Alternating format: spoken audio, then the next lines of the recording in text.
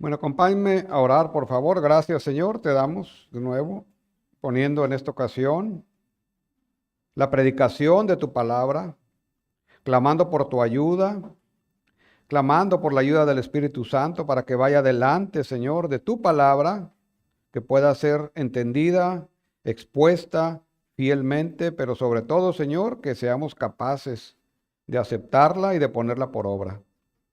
Oramos, Señor, por edificación de cada uno de los que estamos aquí presentes a través de tu palabra, Señor, para gloria de tu nombre en Cristo Jesús. Muy bien, continuamos entonces con el Evangelio de Marcos. La prédica de hoy se titula Un fantasma. Un fantasma. Llegas a tu salón, te sientas y comienzas tu examen de matemáticas. Inmediatamente puedes sentir cómo tu corazón se acelera, a unos más que otros, cómo tus palmas comienzan a sudar, sientes mariposas en el estómago y no puedes concentrarte. ¿Te suena familiar? ¿Alguna vez lo viviste? ¿Alguna vez lo has vivido? ¿Lo estás viviendo ahorita? Esa es una de las reacciones que nos producen a veces las matemáticas, ¿verdad?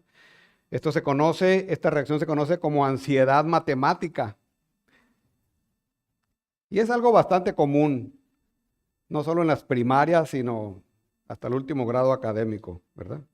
Entonces, ¿quién no recuerda en sus primeros inicios escolares su primer choque con las matemáticas, ¿verdad? Por ejemplo, las tablas de multiplicar, sobre todo la tabla del 9, un poco más allá, las operaciones con fracciones y decimales, un poco más todavía, las ecuaciones, más complicado la geometría, el álgebra, no se diga el cálculo. Todo eso nos invocan ciertos recuerdos, ¿verdad? A no pocas personas les generaba cuando menos ansiedad, tal vez algo de temor y en algunas ocasiones a veces hasta horror, ¿verdad? Preocupación. Bueno, ¿cuántas veces fue necesario esforzarse para memorizar no solo las tablas de multiplicar, sino otros procedimientos matemáticos? ¿Cuántas veces fue necesario repetir un ejercicio para poder entender el procedimiento de una operación matemática? Por ejemplo, con fracciones, ejercicios de álgebra, ejercicios de cálculo diferencial, integral. El punto de contacto entonces entre este recuerdo, que para unos a lo mejor es algo amargo, el punto de contacto entre esta analogía y el pasaje que hoy nos ocupa es precisamente ese proceso. Hay un proceso, hay una metodología que se debe seguir, un proceso que se debe seguir para poder obtener el resultado correcto. De otra manera no podremos llegar al resultado correcto. Hay una metodología, un proceso. Y eso es lo que vamos a ver en este pasaje y seguimos viendo a través del Evangelio de Marcos. Están ante un proceso. Los discípulos necesitan aprender este proceso, necesitan aprender la metodología. ¿Para qué? Para que puedan obtener el resultado correcto. Si nos brincamos un paso, ¿verdad? O no entendemos un paso, no obtendremos el resultado correcto. Y eso están viviendo realmente los discípulos en esta analogía con las matemáticas. Están aprendiendo el proceso, están aprendiendo la metodología, porque si bien han estado con su maestro ya un cierto tiempo en esta carta, en este pasaje llevan ya casi un año de ministerio, están en Galilea, están en la región de Galilea y los discípulos han estado pasando tiempo con Jesús. Y ese tiempo implica un proceso. Jesús los está preparando. Recuerden que el Evangelio de Marcos es un evangelio muy geográfico. Y en la medida que Jesús va a recorrer de la parte norte de Israel, que es Galilea, hacia el sur y subir a Jerusalén, la cosa se va a poner cada vez más fea. Y Jesús los tiene que preparar. El maestro los está preparando. Y quiere que aprendan la metodología correcta. Hablando en términos de fe suficiente para poder afrontar lo que les espera después de su partida. Y este es un proceso de 3 años que Jesús estuvo con sus discípulos. Bien, entonces, si ellos quieren obtener el resultado correcto, siguiendo nuestra analogía, esto quiere decir el verdadero propósito y la verdadera identidad de quién es Jesús y su ministerio. Porque pareciera que hasta ahorita no terminan de entender qué está pasando con este maestro Galileo. ¿Quién es realmente este maestro Galileo? Una y otra vez el Señor Jesús los ha ejercitado en ello, pero no terminan de entender, no terminan de comprender. Así que les pone ahora otro ejercicio, no matemático, es un ejercicio de discernimiento espiritual que va incluido en ese proceso, es otra prueba, pero esto es una prueba de fe, donde no solo les producirá y les produce ansiedad el asunto, sino que inclusive a veces les produce emociones mucho más fuertes. Y están en ese proceso. Y aquí entramos a nuestro pasaje de hoy, ahí en el capítulo 6, versículo 45. Hay 5 escenas de este pasaje. Leamos Marcos capítulo 6, versículo 45 y podemos identificar estas 5 escenas. Dice el versículo 45. Enseguida hizo a sus discípulos entrar en la barca e ir delante de él a Betsaida, en la otra ribera del mar, entre tanto que él despedía a la multitud. Y después que los hubo despedido, se fue al monte a orar. Esta es la primera escena. De regreso a casa. Versículo 47. Y al venir la noche, la barca estaba en medio del mar y él solo en la tierra. Y viéndole remar con gran fatiga porque el viento les era contrario, cerca de la 4ª vigilia de la noche, vino a ellos andando sobre el mar y quería adelantárseles. Esa es la segunda escena, el caminante. Versículo 49, viéndole ellos andar sobre el mar, pensaron que era un fantasma y gritaron, porque todos le veían y se turbaron, pero enseguida, habló con ellos y les dijo, tened ánimo, yo soy, no temáis. El fantasma. Porque todos le veían y se turbaron, pero enseguida habló con ellos y les dijo, tened ánimo, yo soy, no temáis, y subió a ellos en la barca. Y se calmó el viento, y ellos se asombraron en gran manera, y se maravillaban, porque aún no habían entendido lo de los panes, por cuanto estaban endurecidos de corazón. Embotados, pues. Terminada la travesía, vinieron a tierra de Genesaret y arribaron a la orilla. Y saliendo ellos de la barca, enseguida la gente le conoció, y recorriendo toda la tierra alrededor, comenzaron a traer de todas partes enfermos en lechos, a donde oían que estaba.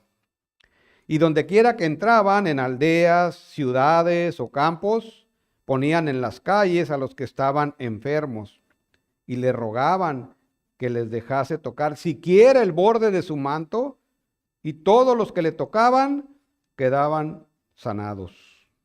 Bien, esa es la historia de hoy. Son 5 escenas de las que se compone la historia de hoy.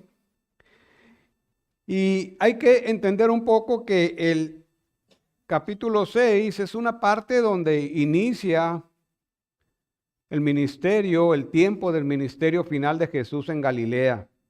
1 o 2 capítulos adelante vamos a ver que Jesús empieza a dirigirse un poco primero hacia el este, luego al oeste y luego va rumbo a Jerusalén.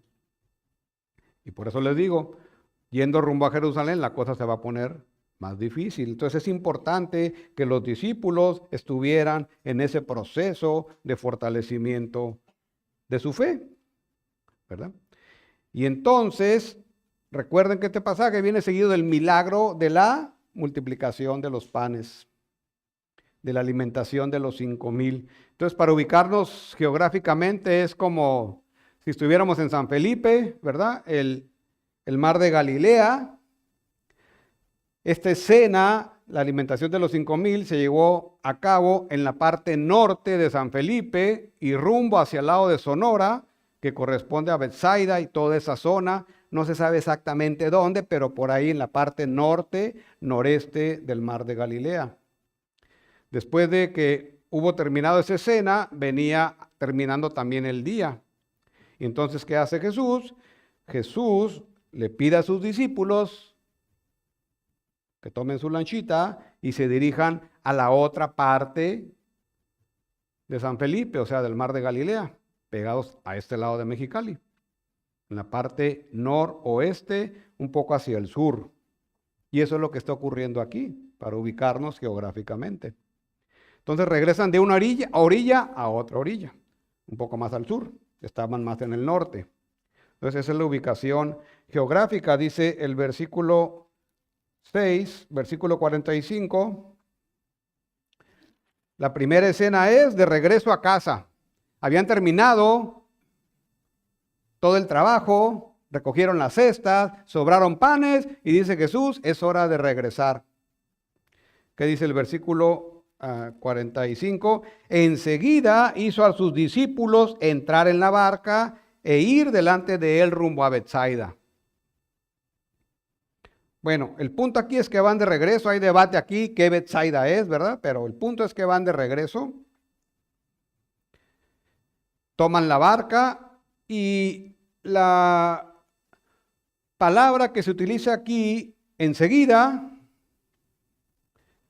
hizo, son palabras un poquito más fuertes en el original. Hablan o tienen cierto tono de urgencia. Ese inmediatamente tiene un cierto tono de urgencia. Es como si Jesús les estuviera diciendo, súbanse a la barca y váyanse, pero ya. Porque aquí está esta multitud y esta multitud los puede contaminar en la manera como ellos están viendo las cosas. Entonces Jesús está cuidando de sus discípulos. Y por otro lado, la palabra hizo también es más fuerte en el original y esa palabra significa prácticamente los forzó a subirse a la barca. ¿Verdad? Así como cuando uno lleva a su hijo la primera vez a la escuela, a la primaria, ¿verdad? Y así como que no quiere entrar y se agarra del pie y se agarra y no quiere. Y uno los agarra y los forza, vas para adentro, mijito. Tiene ese sentido de urgencia, ese sentido de forzarlos, pareciera ser, y eso implica que los discípulos querían permanecer ahí con Jesús. Querían seguir ahí, pues en todo el asunto que se armó con toda esta multitud, pero Jesús los está cuidando. ¿Por qué? ¿Por qué buscaba la multitud a Jesús? Por un lado, por lo que les podía dar. No dudamos que había creyentes genuinos en la multitud, ¿verdad? Pero la palabra declara que por lo que Él les podía dar, por un lado. Y por otro lado, recuerden que tenían esa idea mesiánica del rey que iba a derrotar al imperio romano, que estaban esperando. Y a Jesús lo querían hacer rey. Entonces tenían una visión distorsionada, esta multitud de Jesús. Entonces Jesús trata de cuidar a los discípulos de esas concepciones erróneas acerca de Él en un momento dado. Y por eso los obliga a tomar su barca y a regresar al otro lado de la orilla del mar de Galilea. Eso es lo que implica el versículo 45. ¿Qué hace Jesús? Jesús se queda y despide a la multitud. Y se fue al monte a orar. Recuerden que ya era casi entrada la noche, aproximadamente entre las 8 o 9 de la noche, porque la cuarta vigilia es de 3 a 6 de la mañana. Entonces, es esa transición en el tiempo del día, pues entre la noche y la madrugada. ¿Sí? Entonces, como viene la noche, Jesús despide a la multitud y Él se aparta a orar. Versículo 48.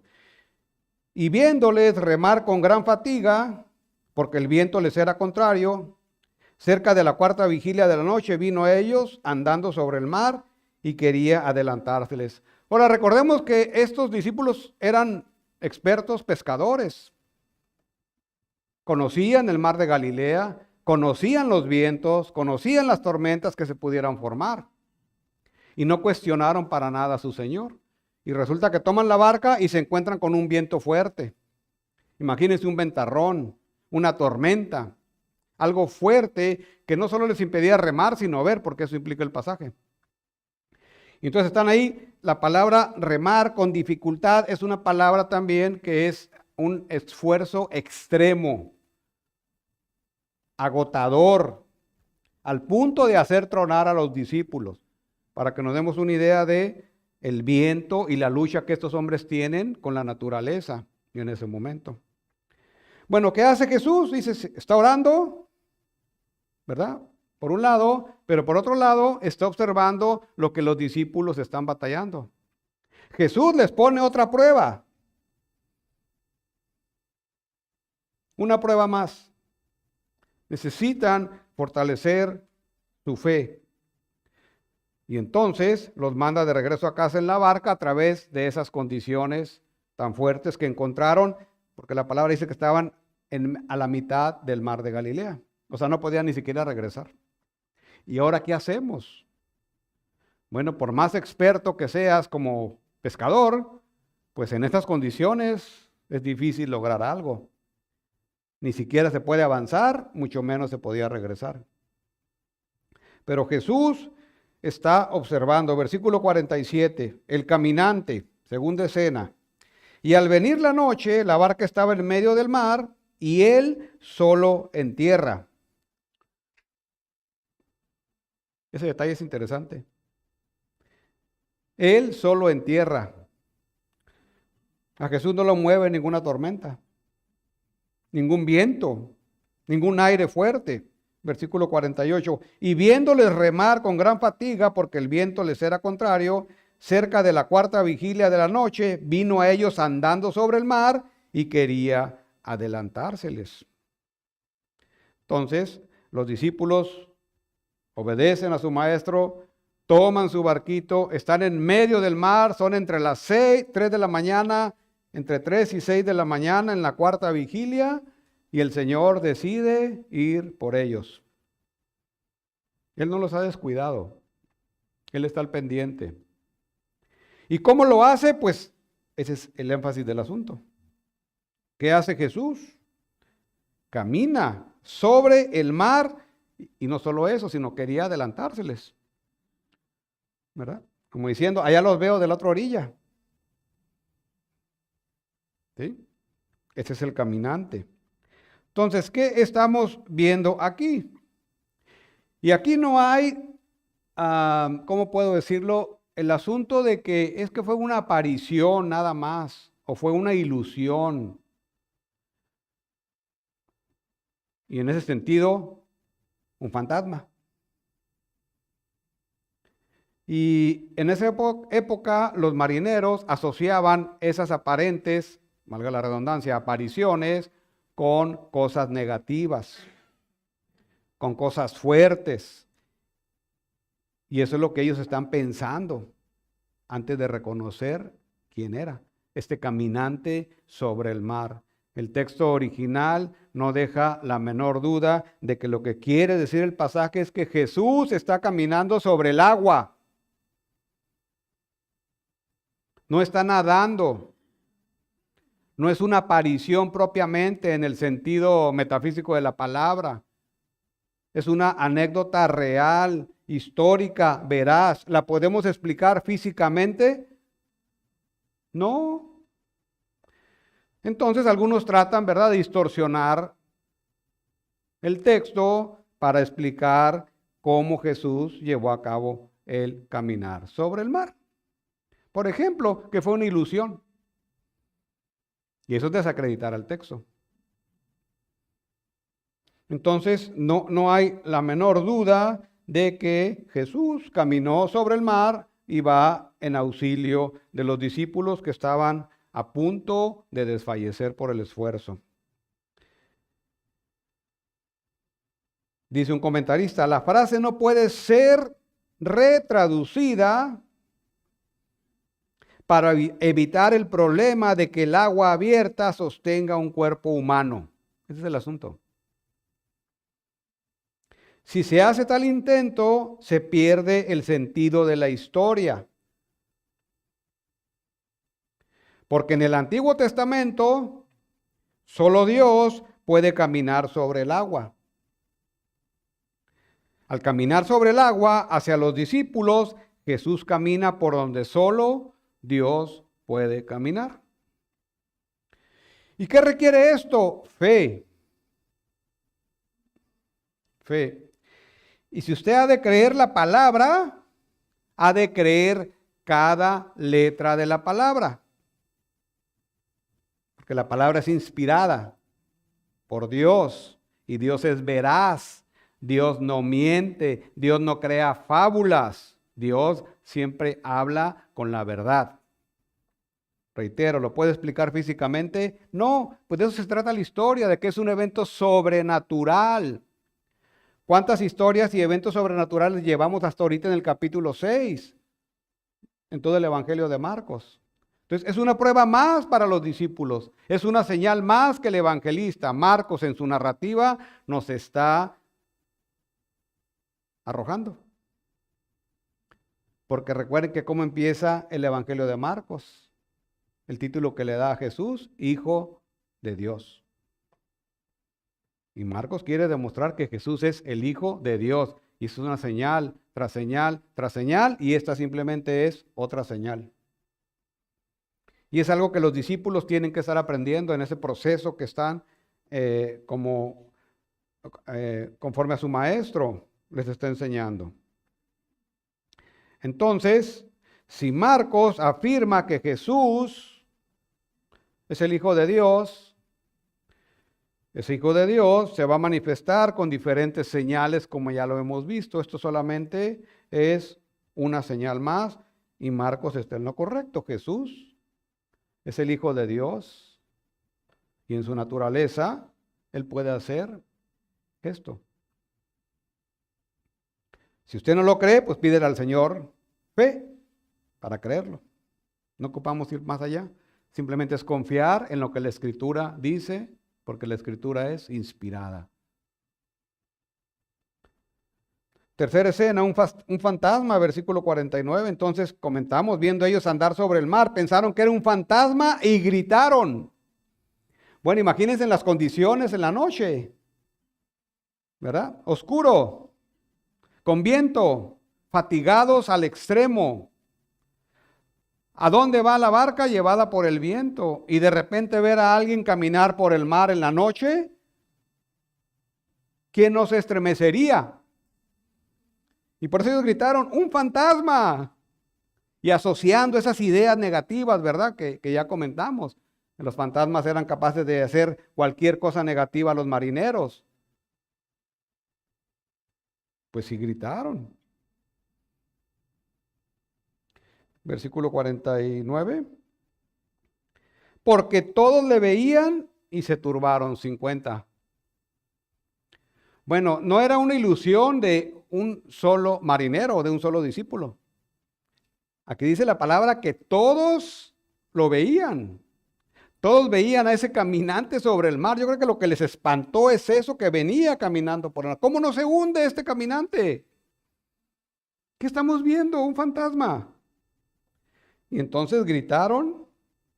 Y es interesante luego que esa palabra para gritar es una exclamación tremenda. O sea, estaban, no como en el examen de matemáticas, ansiosos, estaban horrorizados. Porque todavía no sabían qué estaba pasando. Imagínense la escena en la madrugada. No sabían qué estaba pasando. Y ellos asociaron esta palabra fantasma, en el original es fantasma, que es como una aparición. Y entonces, ¿qué sucede? Pues lo que nosotros hubiéramos hecho, gritar, espantarnos, ¿verdad? Entonces no hay que ser muy críticos con los discípulos porque la realidad reaccionaron como se espera que reaccionaran ante esa circunstancia tan particular, ¿verdad? Entonces ellos gritaron. Dice otro comentarista, aquí en Marcos 6 y en un pasaje paralelo, en Mateo 14:26, hay un cuadro de hombres fuertemente conmocionados. Eso es gritar. Fuertemente conmocionados, que en medio de la oscuridad y la tormenta lanzan un fuerte, frenético grito de terror. Y miedo porque un espectro intenta perseguirles con fines maléficos, porque asociaban eso a lo maléfico, a lo maligno. Es decir, estaban horrorizados. ¿Y quién no ante esta circunstancia? Versículo 50, la segunda parte. Pero enseguida habló con ellos y les dijo, hablando de Jesús, tened ánimo, yo soy, no temáis. Bueno, esta cuarta cena es embotados. Sinónimo es confundidos, perplejos. Todos lo veían, así que no había manera, ¿verdad?, de que alguno estuviera sufriendo alguna alucinación. Pero Jesús, que no ha perdido el control, que no ha perdido el cuidado de sus discípulos, llega a ellos y se identifica, no temáis, no temed. Yo soy, dijo Jesús. ¿Y luego qué pasó? Y subió a ellos en la barca y se calmó el viento. Interesante, ¿verdad? El viento estaba esperando a Jesús.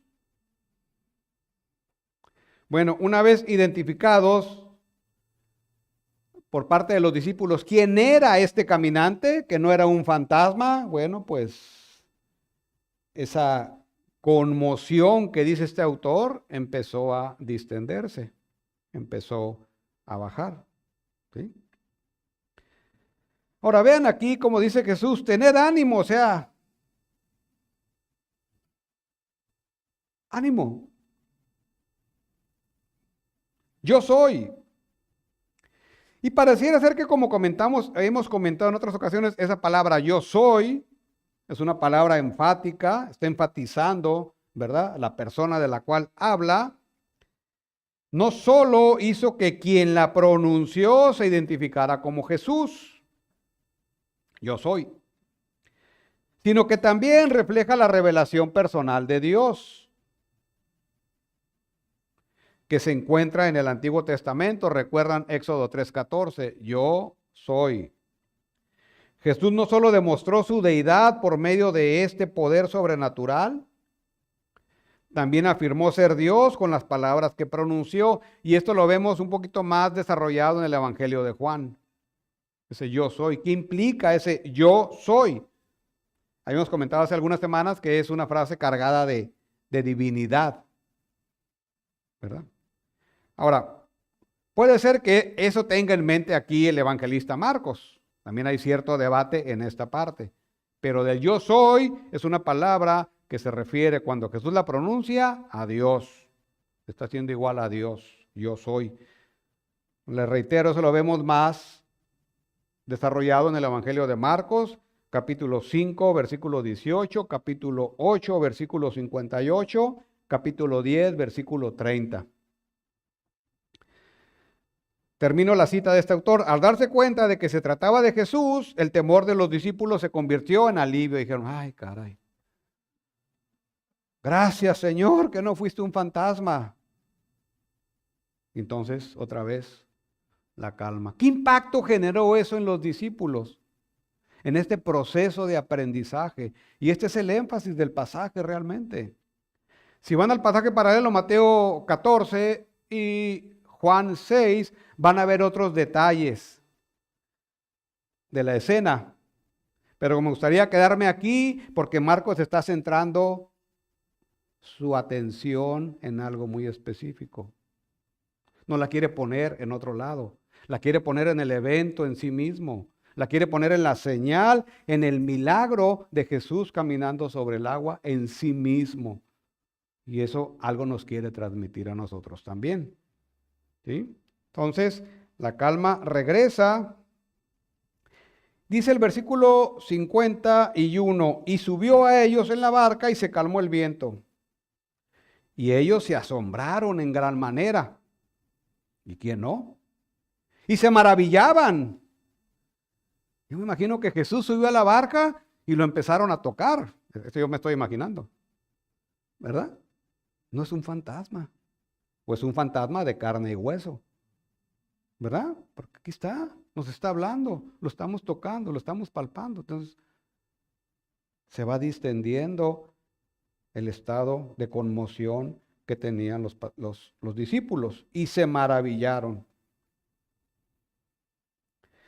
Y vean el versículo 52 cómo termina. Porque aún no habían entendido lo de los panes, por cuanto estaban endurecidos de sus corazones. O sea, Jesús los mete la semana pasada comentó el pastor Jorge, en un evento, ¿verdad? En una, ¿cómo puedo decir? Parafraseándolo, es un evento de tal magnitud, alimentar más de 5,000, se calcularon que 10,000, 15,000 gentes, ¿verdad? Le hizo publicidad al In-N-Out, ¿verdad? Pero es real, para ponerlo en perspectiva, imagínense nada más poner ahí cuántos camiones para alimentar cerca de 15,000 gentes. Imaginémoslo, me gustó eso que hizo, porque nos pone en la perspectiva el asunto. Y acuérdense que estaban en la Laguna Salada, ¿verdad? O sea, en un lugar apartado. No había restaurantes, no había nada. ¿Qué señaliza eso? La magnitud del milagro. La magnitud del milagro. Y entonces ellos todo eso todavía no, ni siquiera podían entender qué pasó aquí. Y luego vienen y los mete a otra prueba. ¿Y cómo responden? Con horror. Entonces, no habían entendido ni una cosa, ni todavía podían entender lo que acababan de pasar. El maestro sabe lo que está enseñando y sabe por qué lo está haciendo. Y los discípulos no entendían porque sus corazones estaban endurecidos. Ahora, ¿qué es esto de endurecidos, sus corazones endurecidos? Bueno, también aquí hay un poquito de debate, ¿verdad? Pero imagínense a los discípulos. Están en ese proceso de aprendizaje con su maestro. No alcanzan a identificar todavía a cabalidad quién es Jesús. Obviamente, si seguimos la historia, luego vamos a ver que los 11 de ellos, excepto Judas, pues, reconocieron quién era Jesús. Lo sabemos, ¿verdad? Ante este punto de la historia, bueno, algunos tal vez imaginaban quién era Jesús, pero todavía el entendimiento estaba embotado. Eso quiere decir la palabra endurecido. Su entendimiento estaba embotado, estaban confundidos, estaban perplejos. ¿Qué acabamos de ver el día anterior? ¿Qué estamos viendo ahorita? ¿Quién es este que camina sobre el mar? ¿Quién es este que alimentó a cerca de 15,000 personas con 2 pececillos? ¿Sí? ¿Van viendo la idea que hay aquí? Entonces se entiende que los discípulos estaban embotados. Ahora, puede ser que esta palabra endurecido tuviera o pudiera tener una connotación negativa, como por ejemplo cuando Dios endureció el corazón de Faraón, ¿verdad? Yo no veo tanto aquí esa connotación tan negativa, por lo que después sabemos que pasó con los discípulos, pero de alguna manera nos ayuda a entender que a veces, ¿verdad? Es difícil entender las acciones del Señor Jesús y sobre todo en la cuestión de los discípulos, ¿quién es este maestro Galileo? Y ese es el punto que está tocando aquí Marcos. Entonces, ¿qué necesitan ellos? Más pruebas, ¿verdad? para fortalecerlos en su fe por lo que viene más adelante. Cito a otro comentarista. Dice, el problema de los discípulos no es que sean incapaces de avanzar contra el viento o que no puedan remar con suficiente energía. Su problema es que no han aprendido la lección de los panes, por ejemplo. Que Dios está obrando a través de Jesús para cumplir sus propósitos salvadores. Porque recuerden, al final, el propósito del ministerio de Jesús es salvación. No se espera que los discípulos de Jesús no teman en ninguna circunstancia. Uno puede temer. Pero se espera que aprendan de la fidelidad de Dios en el pasado y que maduren en su fe para el futuro. Y eso es lo que está planteando el evangelista. O sea, a través de las pruebas es confiar ¿en quién? En el maestro. Confiar en el maestro. Prueba tras prueba, la fe se va afianzando. Para eso son las pruebas. Y los cristianos van a tener pruebas. Olvídese de la, ¿cómo se llama? La teología de la prosperidad. Olvídese de eso. No vemos eso en la Biblia. Realmente no lo vemos. Es lastimoso, no lo vemos. Porque aquí en el púlpito generalmente hablamos de pruebas, de circunstancias, ¿cierto? Porque el cristiano es una vida de prueba tras prueba tras prueba. ¿Por qué? Por esto que está haciendo Jesús. Consolidar nuestra fe para cuando llegue ese día de estar ante su presencia. Estar preparados. Bien, última escena. Finalmente en casa. Versículo 53. Terminada la travesía, vinieron a tierra de Genezaret. Entonces Genezaret está ubicado, ya quedamos del otro lado de la orilla del mar, ya cruzaron, ¿verdad? Está Genezaret, que es un valle muy fértil, del lado oeste del mar de Galilea. Hacia el norte, a pocas millas, está Capernaum. Recuerden que Capernaum es la base de operaciones de Jesús en Galilea. Entonces ellos llegan a esa zona y por el pasaje paralelo de Juan sabemos que ellos iban rumbo a Capernaum. En lo que llegaban, bueno, la gente se dio cuenta que ya estaban del otro lado y ahí va y corretean al maestro. Y arribaron a la orilla y saliendo ellos de la barca, enseguida la gente le conoció. Ahí está el maestro, el sanador. Y recorriendo toda la tierra de alrededor, comenzaron a traer de todas partes enfermos en lechos a donde oían que estaba. Entonces no estaba propiamente en un solo lugar, sino que iba avanzando rumbo al norte a Capernaum de nuevo. Y donde quiera que entraba, en aldeas, ciudades, campos, ponían en las calles a los que estaban enfermos. Y le rogaban que les dejase tocar siquiera el borde de su manto. Y todos los que le tocaban quedaban sanos. ¿Verdad? Imagínense la cantidad de enfermos, la cantidad de personas necesitadas. Bueno, el maestro tiene compasión de ellos. ¿Verdad? Tiene compasión. Recuerde que los ha visto como ovejas que no tienen pastor. Entonces no están bien enseñados. Pero ellos tienen una necesidad y esa necesidad ahorita es enfermedad. Y el Señor se compadece de ellos. Bien. Entonces vean hasta ahorita capítulo 6 de Marcos, final. El impacto que Marcos nos ha estado transmitiendo del ministerio de Jesús en Galilea. Multitudes lo seguían. Y les digo que la cosa después se va a poner más difícil porque vamos a ver cuántos lo siguen allá por el capítulo 13, por el capítulo 14. ¿Verdad? Cuando el asunto se pone de veras fuerte en contra de los fariseos y empiezan a abandonarlo. Por eso es importante que los discípulos estén afirmados en quién es Jesús, para poder soportar la última prueba que les espera, que es la crucifixión de su maestro. Entonces, suena lógico y sensato con sus discípulos. Entre su ministerio los está preparando. Y entre su ministerio sana, exorciza, domina la naturaleza, el viento, el agua.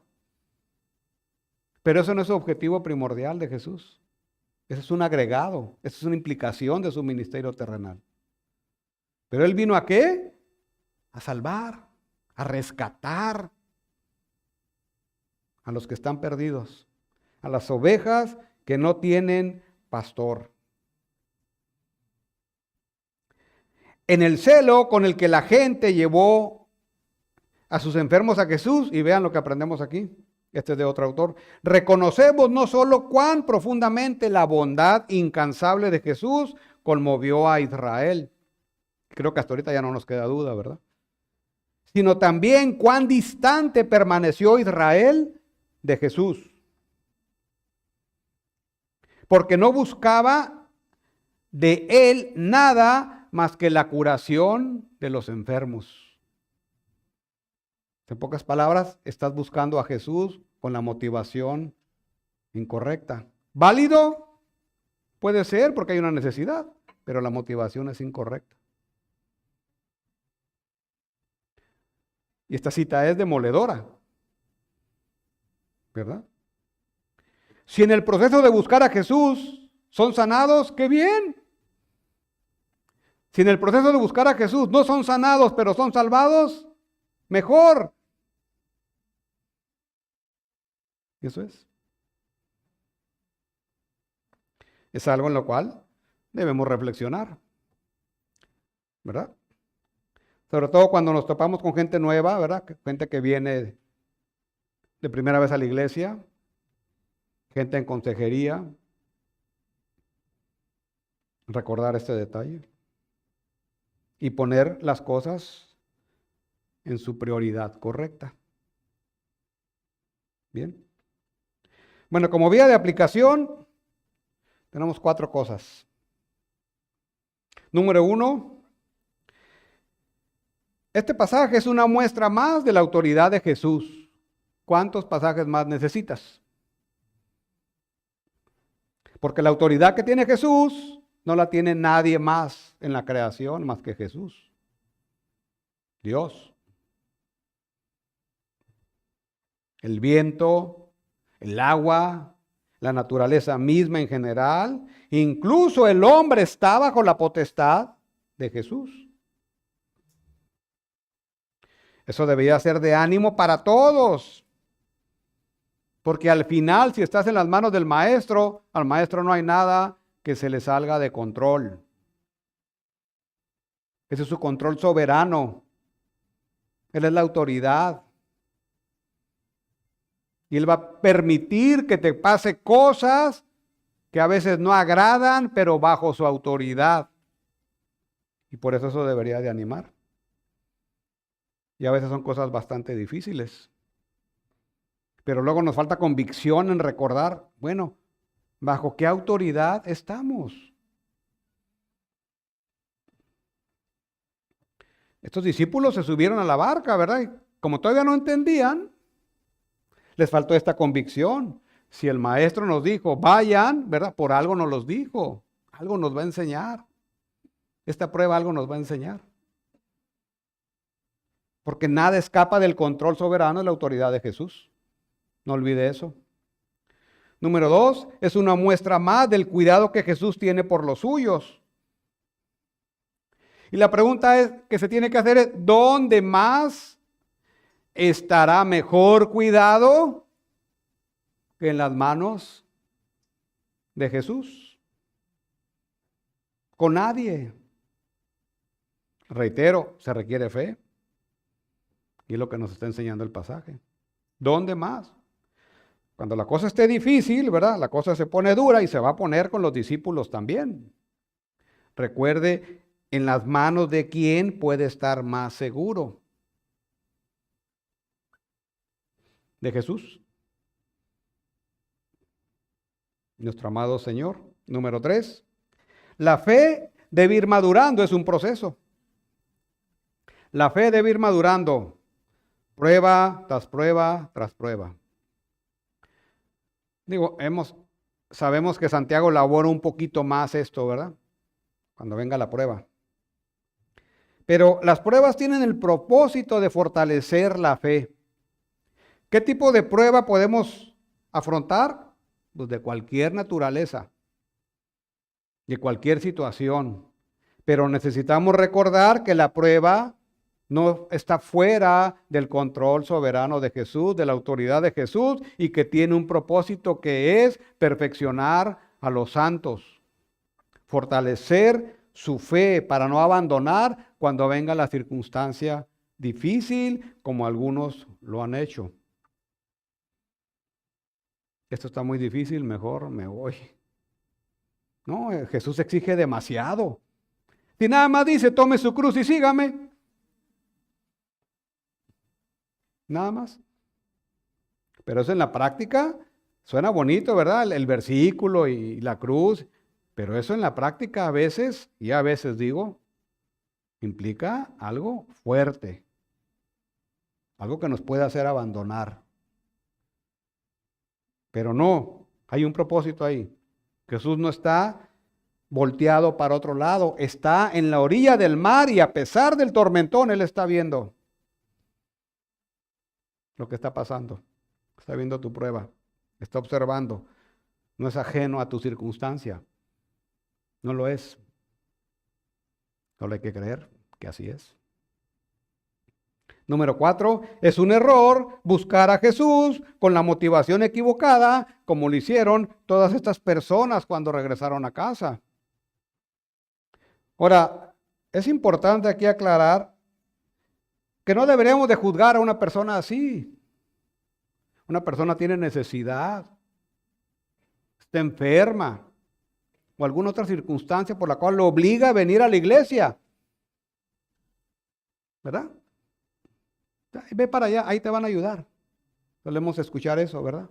Y sí, de alguna manera tratamos de ayudar. La iglesia tiene que ayudar y ser empáticos con la persona. Y si viene buscando que se le resuelva su circunstancia y no se le resuelve, se va. Pero porque a veces nuestro trabajo no lo hacemos bien. Entonces, ¿cuál es el trabajo de la iglesia bajo esa situación? Reorientar la prioridad de la persona. Enseñarle que lo primero que necesita es el evangelio de Cristo. Y cuando esa persona que viene con esa necesidad, y hay que ser empáticos, hay que apoyar, entiende el evangelio de Cristo, entonces su prueba, su circunstancia, la va a ver de otra manera. Va a poder entender las cosas. Entonces debemos ser en ese sentido amorosos, pacientes con esas personas. Así como algunos llegamos aquí a la iglesia y entender su necesidad, pero eso no implica que necesitamos enfocarlo en lo más importante. Amigo, amiga, primero el evangelio y luego lo demás. Y si en ese proceso Dios resuelve tu circunstancia, gloria a Dios. Y si en ese proceso Dios no resuelve tu circunstancia personal, gloria a Dios, Él sabrá por qué. Nosotros no sabemos. Pero esa es la prioridad correcta. ¿Te puedes ir sano a la perdición? Sí. Mejor me voy a la salvación enfermo que a la perdición sano. O con mi circunstancia que no se resolvió. Porque ¿qué oramos en el Padre Nuestro? Hágase tu voluntad, ¿verdad? Y suena muy bonito, pero a la hora de la prueba, si no se hace mi voluntad, no estoy a gusto. Señor, hágase tu voluntad, no la mía. Y si no me resuelves mi circunstancia, yo te seguiré amando. Tú sabes por qué. Y si la resuelves también te seguiré amando, gloria a Dios. Pero es la perspectiva correcta. Eso es lo correcto. Es primero el Señor. Lo demás será añadido. Bien. Bueno, para finalizar, volviendo a nuestra introducción de las matemáticas, de no gratos recuerdos para algunos, ¿verdad? Su proceso, su metodología es necesaria para obtener el resultado correcto. Y como creyentes estamos en ese proceso también nosotros, como lo estuvieron los discípulos. Y necesitamos aprender el método del maestro, que generalmente son las pruebas, para poder obtener también el resultado correcto. Ahora, ¿qué pasa si el procedimiento matemático no te sale bien, te reprueban, sales mal? Bueno, no pasa de una mala calificación, y luego se puede solventar. Pero ¿qué pasa si en este proceso no entiendes al final el resultado correcto? ¿Quién es Jesús? Las consecuencias son diametralmente diferentes.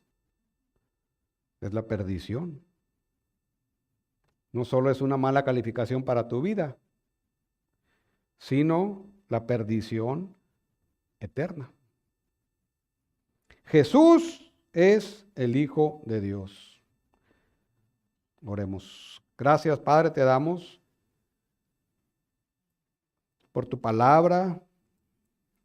Señor, porque tú eres paciente con nosotros, que somos duros de corazón, somos faltos de entendimiento. Oramos, Señor, esta tarde para que nos ayudes a afirmarnos en la fe de quién eres tú verdaderamente, Señor, y poder compartirlo con otros. Aquellos que aún no entienden, que aún tienen el entendimiento embotado, el corazón endurecido, clamamos esta tarde, Señor, para que tú les reveles a través de no solo este pasaje, sino todos los que hemos estudiado, que Jesús es el Hijo de Dios y vengan a ti.